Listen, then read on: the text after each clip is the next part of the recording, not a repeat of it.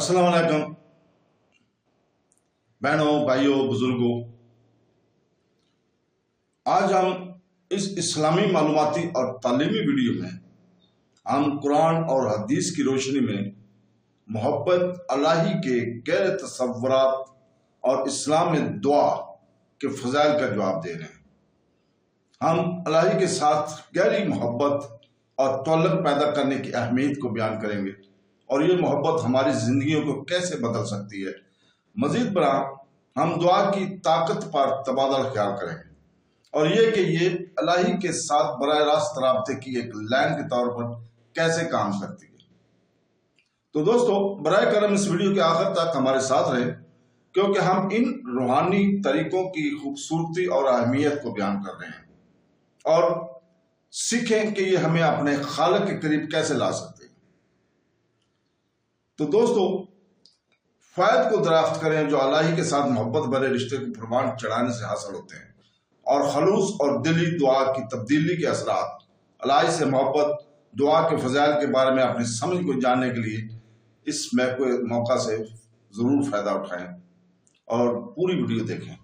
تو دوستو، اس کو سمجھنے کے لیے ہمیں سورہ البقرہ کی آیت نمبر 186 کا ترجمہ اور اس کی تفسیر پڑھنی ہوگی، جس میں اللہ تعالیٰ نے فرمایا، اور اے حبیب، جب تم سے میرے بندے میرے بارے میں سوال کریں تو بے شک میں نزدیک ہوں، میں دعا کرنے والے کی دعا قبول کرتا ہوں۔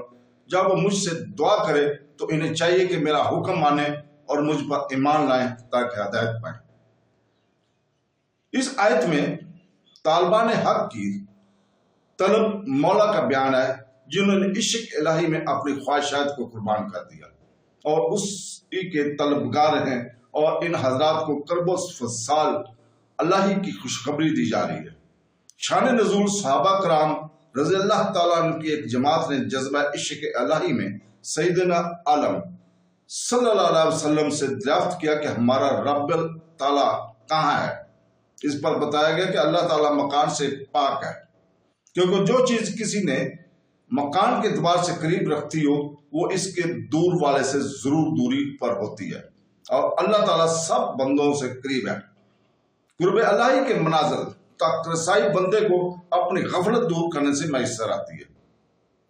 دعا کا معنی ہے اپنی حاجت پیش کرنا، اور جاہبت یعنی قبولیت کا معنی یہ ہے کہ پروردگار اپنے بندے کی دعا پر لبیک عبدی فرماتا ہے۔ البتہ جو مانگا جائے اس کا حاصل ہو جاتا ہے۔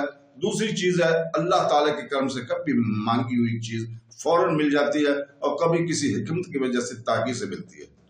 کبھی بندے کی حاجت دنیا میں پوری کر دی جاتی ہے اور کبھی آخرت میں ثواب ذخیرہ کر دیا جاتا ہے، اور کبھی بندے کا نفع کسی دوسری چیز میں ہوتا ہے تو مانگی ہوئی چیز کی بجائے وہ دوسری عطا ہو جاتی ہے۔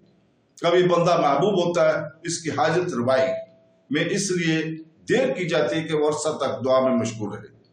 کبھی دعا کرنے والے میں صدق اور اخلاص وغیرہ قبولیت کی شرائط نہیں ہوتی، اس لیے منہ مانگی مراد نہیں ملتی۔ اس لیے اللہ تعالیٰ کے نیک اور مقبول بندوں سے دعا کرائی جاتی ہے تاکہ ان کی دعا کے صدقے گناہ گاروں کی بگڑی ہوئی سنور جائے۔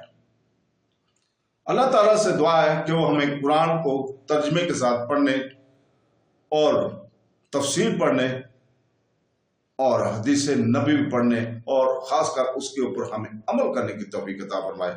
آمین ثم آمین۔ اللہ حافظ۔